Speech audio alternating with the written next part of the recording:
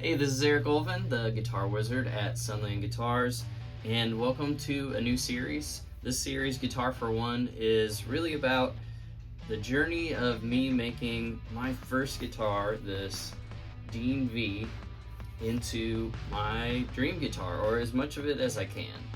So in this series, you can watch me turn this Dean V into my favorite guitar ever. I'm gonna try to do this on as small of a budget as possible, just like if you were at home and you didn't have all the tools and the supplies and all the techniques that I have, and so that you can see just how accessible this is to turn your own guitar into your dream guitar. So I'm gonna keep the tuners, even though I'm going to move towards more of a black and gold kind of theme. They are still black, which I'm happy with, and I don't need to spend the extra money on gold tuners, at least at this point. They still work really, really well. I still like them. So I'm going to keep the black tuners. I'm going to keep Darth Vader here in the neck position.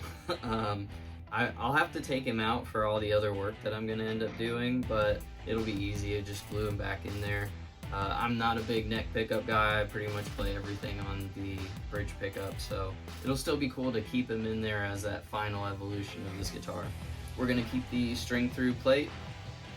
We're going to keep the ferrules on the back, and we're also going to keep the control cavity plate. It's just nice and easy. It's still black, so that fits, and I don't have to make a new one. And yeah, that means everything else is going. I think I'm fine with the frets. I was thinking about refretting this guitar and putting some, pretty jumbo stainless steel frets on there, but now that I look at it, they're doing pretty good. I know I have had to do a fret level on this guitar before, but I don't think it's needing it now that I look a little closer at it. I'm going to remove this retainer bar that I had put on when I was doing slide. We're going to get rid of this plastic nut. It still works too, but now that I've widened it so much for the slide strings that were pretty heavy, I'm gonna have to put something new on anyways. We're gonna take this pickup out. It's a really cool pickup from guitarfetish.com. I love that place because you can buy $20, $30 pickups that are really, really good, but I have something a little better. I've got this zebra pickup that I've been holding on to for a long time, and I've always wanted one in a guitar, and I think this is going to be a really, really cool opportunity to kind of put it all together. I'm not really sure what brand it is, but I know enough to where I'm going to be able to dial this pickup in. Doesn't matter what brand or where it came from. It's more about the zebra look that I'm going for. Along with that, I'm going to put a new gold pickup mount. You can see I've already taken out the original Tune-O-Matic, which was black. I think I put that on another customer's guitar. So I got myself a new gold one from Geiger with rolling saddles. I did want to swap out the output jack plate because it's black, but I think because it's metal and because it fits so well, I think it'll just be better to use that instead of trying to find a gold one that'll fit. I've got a new gold knob that we're going to put on here. If we look at the back here, we've got a Dean neck plate, and I've got just a plain black one that I'm going to swap that out. And lastly, I've got some gold Dunlop strap buttons that I'm going to be putting on here too. Oh, and don't forget, I'm going to refinish this whole guitar. I'm going to take all the paint off of it because I hate paint. And I mean, if you can see, like, it's gotten really, really yellow over the years. It's not really even the white that it's supposed to be anymore. I've got all these stickers that need to come off. I really like the pearl that's in here, but at the end of the day, like I said, I love the natural wood look. So there you have it. Let's get into it.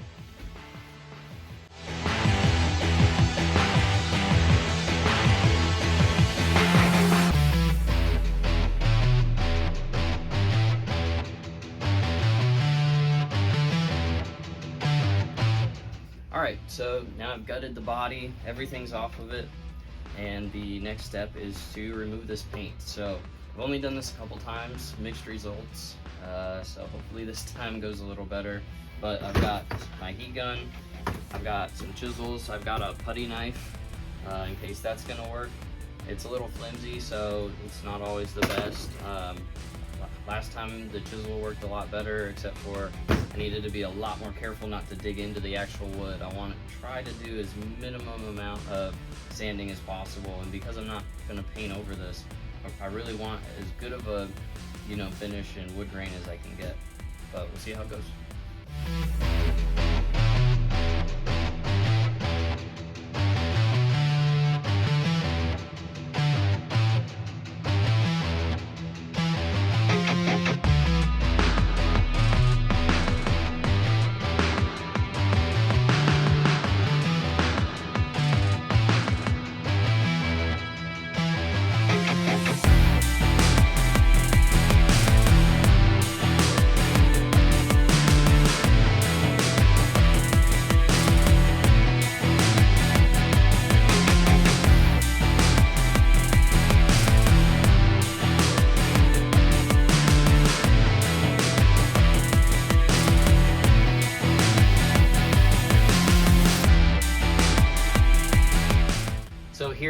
the completely stripped body, or for the most part. I didn't quite get everything off of the sides because that was really hard.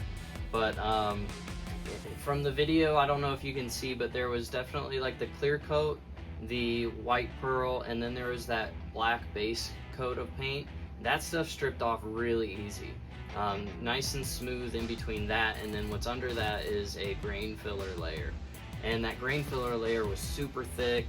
It really adhered to the wood grain itself, and like right here is perfect. Like this stuff right here, this layer would have been perfect if I could have gotten that everywhere, but it just got really difficult everywhere else, and didn't want to let go of the grain. Chunked out quite a bit, especially over here. It's like a softer kind of piece of wood. And I mean, to be honest, if I was doing this for a client, I would recommend, and you wanted it to be as smooth as possible and without all that chunking, take the chisel and get off all of the clear coat and the paint, and stay in between that grain filler layer, above that grain filler layer, and then sand off that grain filler layer with an orbital sander or something, because that's gonna probably leave you with the best results.